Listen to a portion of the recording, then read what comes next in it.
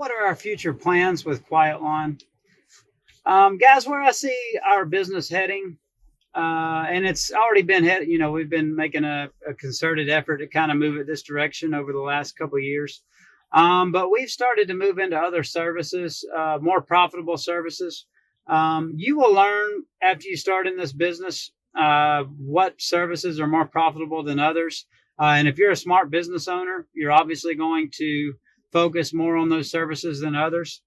So as we've grown our business from the beginning, when we started out with just mowing, mulch, things like that, we've also added other services such as weed control and fertilization, which if you're not familiar, that's fertilizing lawns, spraying for weeds, insects, disease, things like that.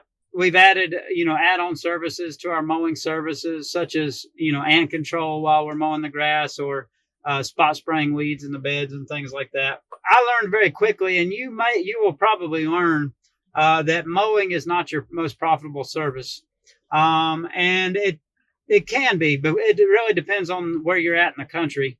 If you've never lived anywhere else and you've only done lawn care where you're at, and you go somewhere else, you will learn very quickly that mowing is the pricing, how many services a year there are very different depending on where you are.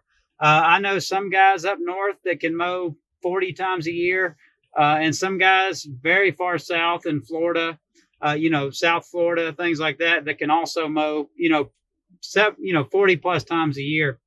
Where I am geographically, we're in what's called the transition zone. And if you don't know, below a certain point, below a certain latitude, you have what's called warm season grasses: Bermuda, centipede, zoysia, St. Augustine. And above that point, you start to have that transition zone where you transition into cool season grasses like fescue, Kentucky bluegrass, bentgrass, different things like that. And you have some of those mixed in, that can grow in both places, the warm season that can grow in the cool environments. But where we are in Myrtle Beach, South Carolina, we're at the farthest north reach of where warm season grasses like centipede, which is our predominant grass, can survive. But we're just about an hour too far south for cool season grasses like fescue to be able to survive. What effect that has on our business is that we have an extremely short mowing season for the type of grass we have. We might at best be able to cut 25 times a year. More likely it's closer to 20 with our customers. Whereas anywhere farther north of here where we had fescue, we'd probably be cutting 30 plus times. Or if we were a few hours south, we'd probably be cutting 30 plus times a year, just because there's a longer season for our warm season grass. So that can really vary a lot depending on where you are in the country and what type of grass you have. But the effect is, that's obviously a whole lot less revenue from mowing than what you would get, like I said, farther up north where you have grass that you have to cut every week. It's cool enough. You have fescue or Kentucky bluegrass that you're cutting every week for, 30 to 40 weeks a year.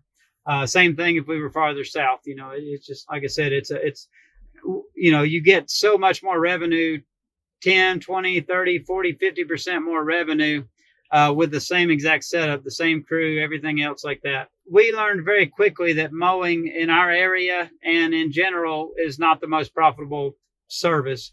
The other reason for that is that there's a very low barrier to entry, and you've got, pretty much anybody that has a push mower that they can put in their back trunk of their car is a landscaper.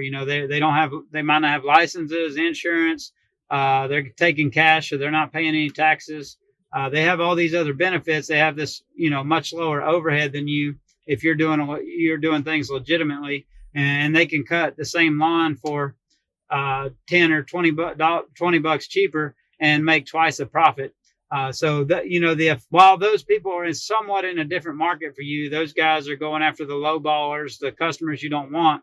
But they do have some impact on the market, and they drag down prices. I think both of those things come into play a lot with mowing, and why it's not an extremely profitable service.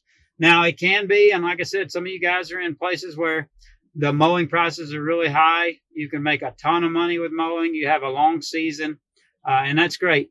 We're just not in that market, and it took me, some time to kind of learn that. So more over the last couple of years, we've more focused on using mowing to get us in the door for the more profitable services for the weed control and fertilization, for mulch, which is more profitable, not as much as weed control and fertilization. Add-on services for our mowing services.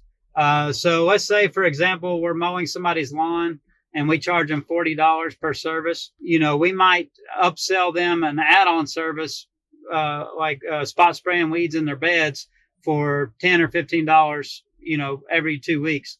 So, it might take us an extra 5 or 10 minutes, but we just added, $10 or $15 to that ticket. So we can do things like that. We also have an ant control program, which is similar, where we treat active ant hills. But little add-ons like that can greatly increase the profitability for that mowing service since we're already there. So we've moved more towards stuff like that. Selling weed control and fertilization. We're going to get into pest control because there's something called exterior pest control, and a lot of lawn service companies do that. It's not always necessary anymore to go inside someone's home to spray around the perimeter for pests. A lot of companies are doing what's called exterior pest control and preventing the pests from coming inside. So that's a very profitable service, and something we'll be adding as well. Mowing, the reason we will keep mowing for now, and the reason why we still mow, is because I see technological changes that are coming in the very near future, within the next 5 years, maybe a good bit sooner.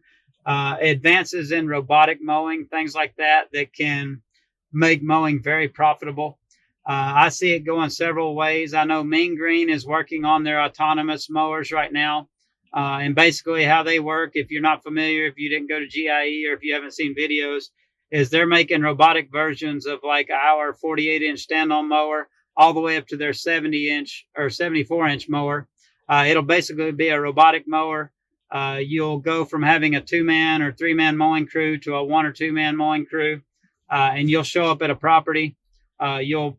That mower, you don't have to bury any wires or anything like that. You just take it around the perimeter the first time, and it will remember that property. And from then on, you just go to the property. The mower will do its thing. It'll mow. It'll stripe out the lawn while you do all the trimming and edging. So just eliminating one person off of a crew can have a huge impact, because you'll go from, having a $2,000 or $3,000 a month employee to $500-$600 whatever it might be payment on that robotic mower. So I see, like I said, I see technological changes that can drastically help. I also see improvements in these small robotic mowers, like Husqvarna, and there's others that are coming out. How that would work is you would place one of those small robotic mowers on each property, and those robotic mowers will mow the lawn, 2-3 times a week, and then your crew will come by and do the trimming and edging. So you eliminate the need for a big truck, a zero turn, all this other stuff. And you could, technically, like in our situation, I would probably put our guys in a Prius and send them out with a trimmer and edger and a blower, and they can go around, service 20, one guy can service 20, 30 properties a day pretty easily, just doing the trimming and edging, because the grass is mowed by the robot. The limitation to that business model is that, it's very expensive. It takes a lot of capital, and you have to dedicate a $2,000 or $3,000 robot to each property. So that's kind of the limitation why we haven't implemented that as of yet. But like I said, back to my point, I see some technological changes coming that could make this, like I said, the mowing side much more profitable than it is, much easier, much less labor, much less liability, because 90% of our problems come from mowing. That's when you're going to have most of your damage to customers' property. That's where you have your most expensive equipment. That's where you have your most labor. That's where you have your most repairs, just things like this. And that's where typically your lowest margin is, unless you're just in one of those sweet spots where you're in that part of the country where the pricing is high and you're getting a long season. I see things drastically changing, and that's where we want to take our business to, that's the direction we want to take our business in.